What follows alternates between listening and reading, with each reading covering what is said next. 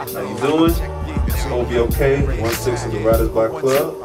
And as promised, I have with me one half of Primeridian. Now, if you into Chicago hip-hop, you already know who this brother is. Brother, let them know. What's good, world? My name is Simeon Vilks of the Primeridian, a.k.a. Cosmos, a.k.a. That's what's up. What you sipping on? What's that you sipping on? Bat's blood. Bat's blood. Blood from a bat. This is my serum right here. Now this cucumber, apple, and beet. You dig? I will be at least 180 years old, living very, very functional. You dig? That's good thing in the coffee. That's for all you malt liquor sippers. Add a little beats to your concoction, get it popping. So, drink the wine. Yeah, I'm one of us. So, now wait, you know what? I gotta say that, you know, as somebody who's listening to Chicago hip hop, and you know, I was familiar with you guys, but I never saw y'all perform until I saw you perform at the H2O Soul album release.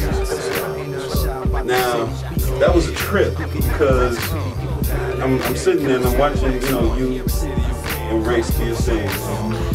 And then you got the nerve to get a horn, and then he got on the piano and was rapping and singing, and y'all switched up instruments. Then your DJ had the nerve to get off the mixers and then pick up a saxophone or something. But how does that, like, that kind of fucked me up? Like, I'm sitting there, I'm watching this, and I'm like, how does that even, like, how do y'all even work that out? Like, how does that process come along? So man, we always used to get it in with them accents, you feel me, with the horns, and so to be honest with you, you know, growing up, my father was a musician, my grandmother was a pianist, so I kind of had the best of both worlds. I got a lot of the jazz groove and the funk groove from my old man early on, and then my grandmother had the gospel groove, you feel me? You know, that's everybody in Chicago, Midwest, you know how that. Hey, down south, that's that, you know, so. Go to the south side if you're not from Chicago. If you're on the south side or the west side, every block, 4 churches, 1 hero. And I'm not talking about the chicken place, I mean 4 churches. Baptist, Baptist, yes, Catholic, Christian, you already know the deal. You did. So it's like, it's one of them things where, I'm gonna put the blood down for a minute. So, you know, it's one of them things where, like, you know, I caught the vibe early, and man, went all the way through high school, Vance Band, all that good stuff, and then that was right when I ain't even gonna tell my age necessarily, but that's when, like, cats was really digging. You feel me? Like, the whole digging in the crates thing was severe. Like, it was just that thing you wanted to find the goodness of the groove. You see, in the land of a million grooves, you can only find but some of the best ones. You feel me? That was the hunt. So, like, you know, I'm digging on, you know, I'm talking about groove doctors all around. Oh, we got the brother Johnson. You know, and even as a Saudi, I mean, you know, digging in the crates, you know, it's like, I peeped that. And then some obscure, you know what I'm saying, going down. So, I mean, with that like mindset going into college and just going into that time of my life, man, you know, I wanted to find all the most obscure sounds and tweaky sounds I could find, or drums or whatever. It actually caused me to put down the instruments, right? This was at a time when, you know, it wasn't really, I was heavy in the beats, you feel me? So, and what happened was, it wound up being a heavy music appreciation moment for me, where I learned about Freddie Hubbard, I learned about who it is, I learned about Billy Cobham, I learned about all these different cats that, you know, were supplying a good groove, and it caused me to learn about different instruments, who, you know, different labels, just a plethora, you dig, of just musical knowledge. So let me integrate that into what I'm doing with the rapping and with the beat making and so forth. And it's come full circle now, and we're racing J2 and Tree 2. Tree one, you know, one of the original cats in the prime, you know, it was like we all had that instrument that we used to play. So be on the lookout. I just seen Roy. Roy was at the shrine. He had these They get it in at the shrine, don't they? He had these electric vibes, my dude, and it was so slick. Big up Zajay, all of them. But nonetheless, man, all of that came full circle. So now I'm just trying to go in back to my original picks. You know, don't be surprised if, you know what I'm saying, you just see me astral traveling on, you know, just craziness. You did. Nah, I got something I want to ask you. Speaking of Tree, right? Okay. 2002, right? It's you and Tree. You guys drop out Meet You in Ring. And then about 2005, y'all dropped the All Night. Where you got Race on the track. Yeah, we know. And now, you know, last year, 2008, you guys dropped the joint, and Tree's gone.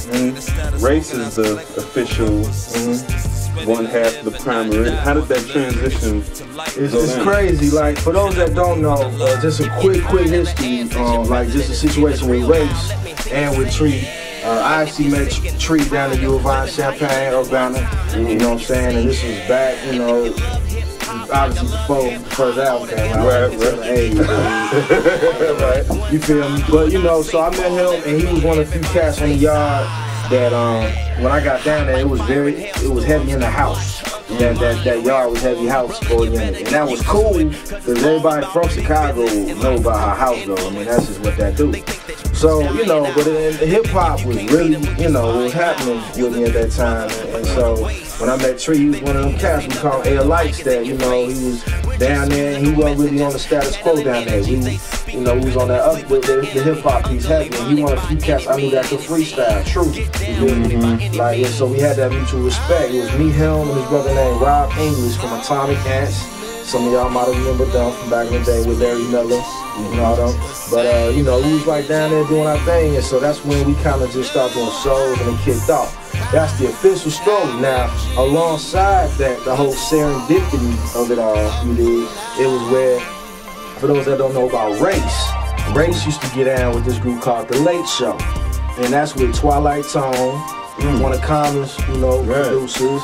That was with my man's Matt, big up Matt, and they was getting in. The whole Relativity situation was popping right around Resurrection. So, you know, basically, for the Morning After, which is our latest release, that was right around the time period when Tree was kind of, right after the All Nighter, Tree was kind of phasing out as far as being in the city, number one. He had, you know, moved down to Champaign, Urbana to focus on teaching. Right. 5th grade, you know what I'm saying? It was just, hey, I can't knock that, you feel me? Because, I mean, we need some teachers down to get into these sorties, especially male brothers who out here getting it in. So, you know, he focused on that, and then he had family, you know, he had a family and whatnot. So he decided to focus on those things, and he gave Race his blessing.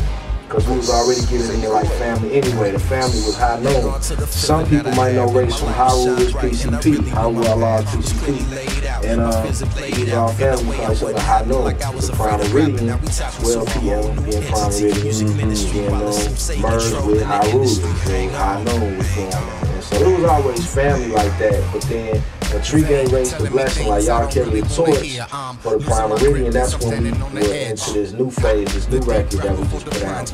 And it just worked out. Yeah, so and with this record, which you guys dropped around last year, probably around October. So I'm looking at the credits, and I see a lot of stuff. Nicolay, number one, most notable. But I'm noticing that a lot of the producers are Europe, French cats. Like, how did that French connection happen? Like, how did that? Well, it was overseas, like, so as you heard me speak to DJ Steady, he's on that new record. He did the track. He actually produced his track.